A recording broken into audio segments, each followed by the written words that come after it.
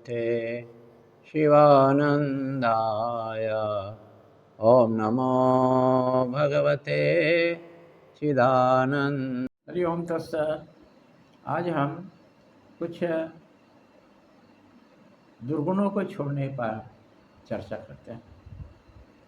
किसी वस्तु, व्यक्ति, संबंध को आप छोड़ना चाहते हैं तो उसमें दोष या दुर्गुण देखना शुरू कर दीजिए।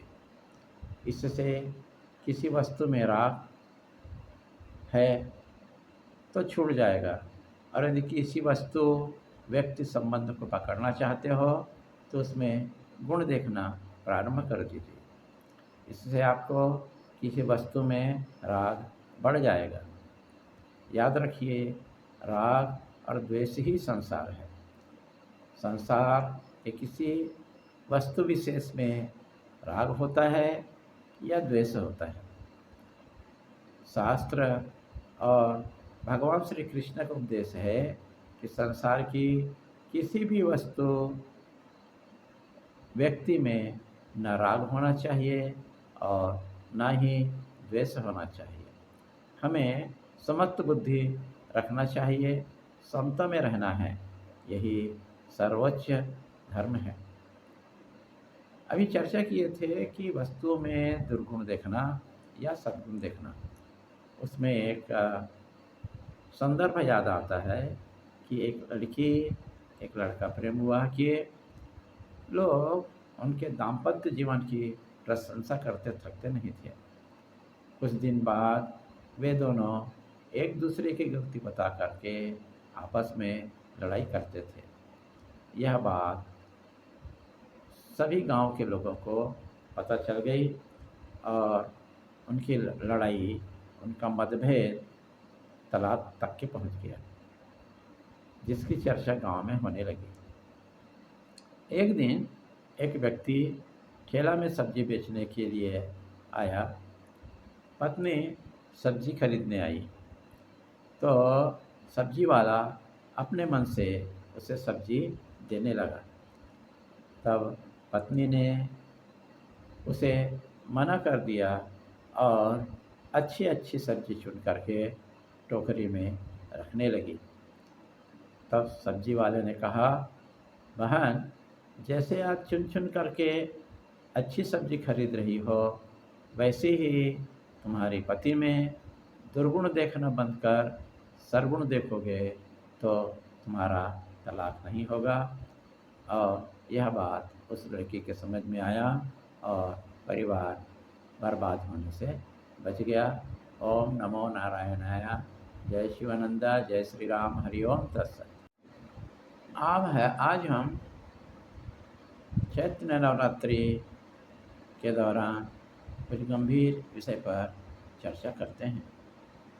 धर्म, सदाचार एवं सद्गुणों से विहीन मनुष्य सुख, समृद्धि एवं कल्याण प्राप्ति की कभी भी आशा नहीं कर सकता है। धर्म के बिना शांति एवं सुख प्राप्त नहीं हो सकते हैं। सदाचार के बिना कल्याण नहीं हो सकता है। अपने निष्ठा के प्रति निष्ठावान रहना और इसके विपरीत तत्वों को त्याग करना चाहिए। हम बहुत बार सुने कि आत्म साक्षात्कार क्या है।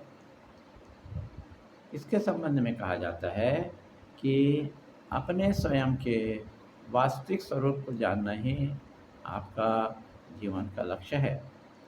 इसकी प्राप्ति के बिना जीवन व्यर्थ और सारहीन होगा।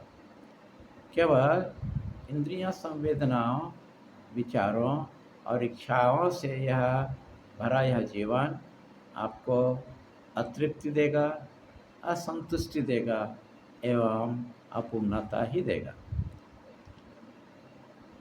मुझे एक दिन इस संसार से जाना है, इसलिए मुझे सांसारिक कर्तव्यों को तत्परतापूर्वक करने के साथ साथ आध्यात्मिक लक्ष्य की प्राप्ति एवं अपने कल्याण हेतु भी दृढ़ प्रयास करते रहना चाहिए।